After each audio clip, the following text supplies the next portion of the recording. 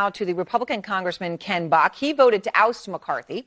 I'm also going to be speaking to the Democratic Congressman Ro Khanna in just a moment about this unprecedented chaos on Capitol Hill. First, though, I want to begin with Congressman Buck, and I appreciate your time, sir. So the House is in disarray. It could be a week or more before we know who the Speaker is. The business of governing is not happening as you and I sit here tonight. Was your vote worth that?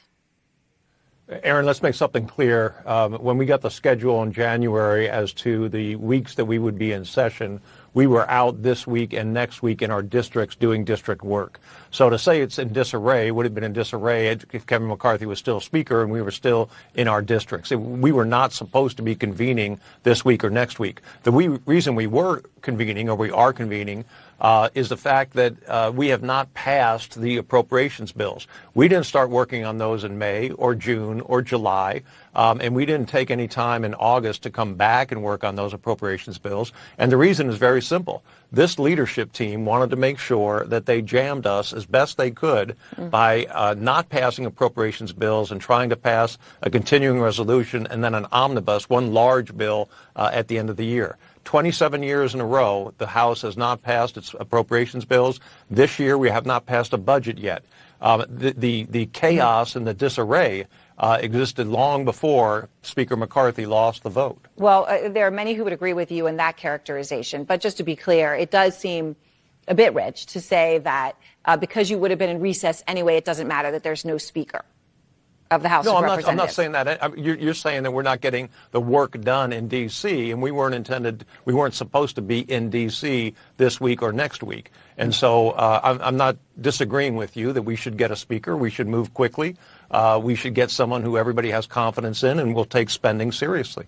So I want to ask you about those individuals in just a moment. But first, a lot of your Republican colleagues, Congressman, are placing the blame at your feet. They are, at you and the other 7 who voted to oust McCarthy. Here are a few of them.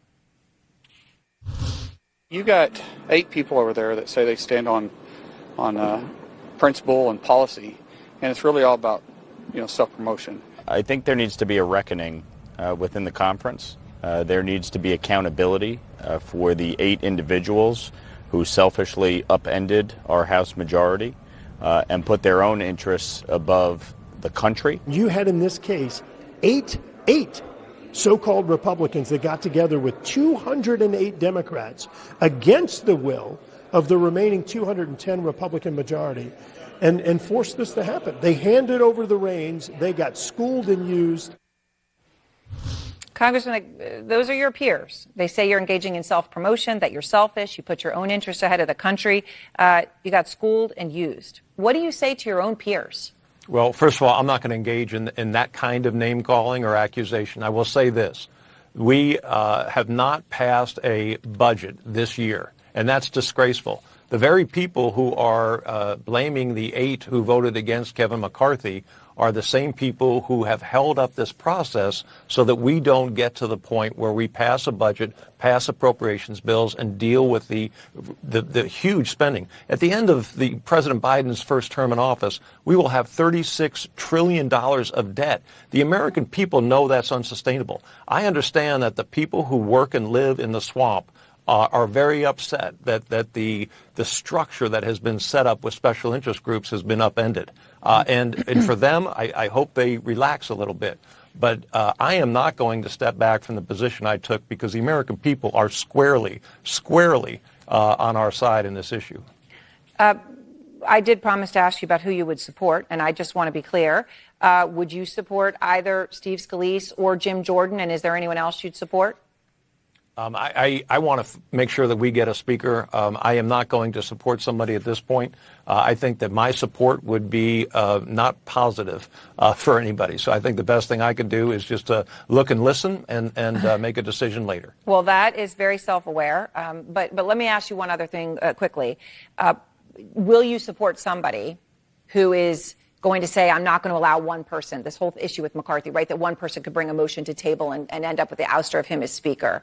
Would you be fine going back to 20 or whatever it would take? Or are you going to insist on it still being one person could call for the ouster of a Speaker?